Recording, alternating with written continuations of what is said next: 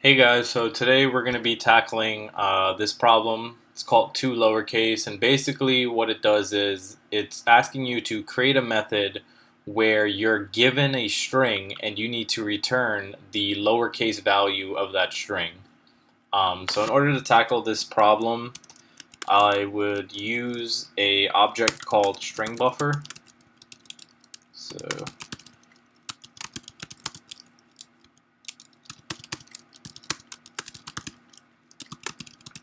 And if you guys aren't familiar with this object, I highly recommend you read some of the documentation on this.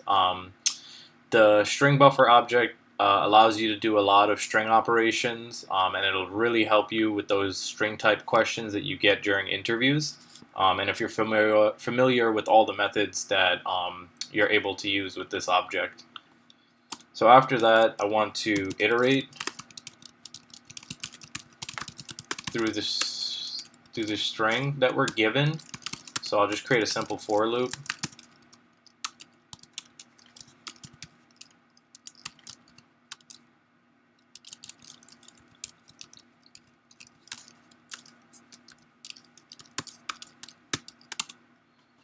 And within this for loop, what I want to do is I want to grab the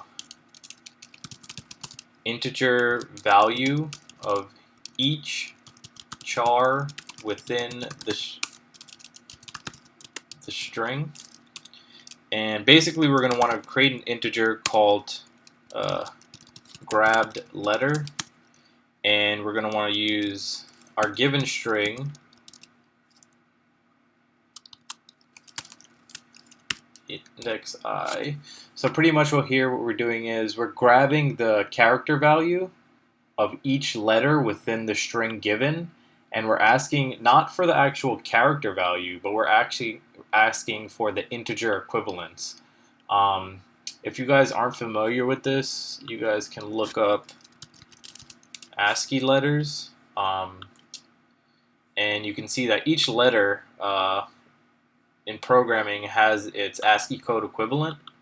So we're actually going to use this a little later to determine whether a character is uppercase or lowercase.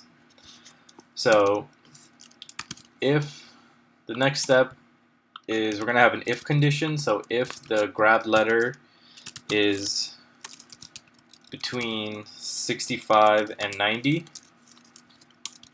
then we know it's uppercase. So if we look back at this chart here, we can see that if the integer value is between 65 and 90, then we know it's A through Z, and it has to be uppercased. So once we know that it's uppercased,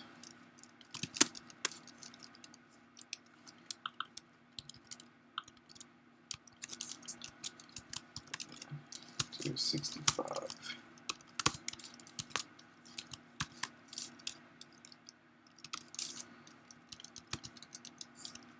Once we know that it's uppercase, then we have to grab the lowercase equivalent. And again, we want that integer value, and we're going to take the grabbed letter, and we're just going to add 32. We're just going to add 32 to it. And looking back at the chart, we can see that, for example, A, the ASCII code for A is 65.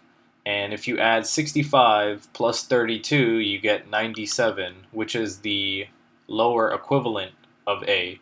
And that goes for all the letters on this chart. So for example, again, Z is 90s. Z's ASCII code is 90, and if you add 32 to that, you get 122, which is the lowercase of Z. So that's why we're going to add 32 here. And then we're going to use our string buffer to append, and we're going to want to append that lowercase letter, and we're also going to want to cast this to a char in order for it to be the letter equivalence. Now, what happens if the letter is not an uppercase? So, for example, hello. the only letter in this string that's uppercase is the H. Everything else is already lowercase. So we don't want to add 32 to that. So else, we just add that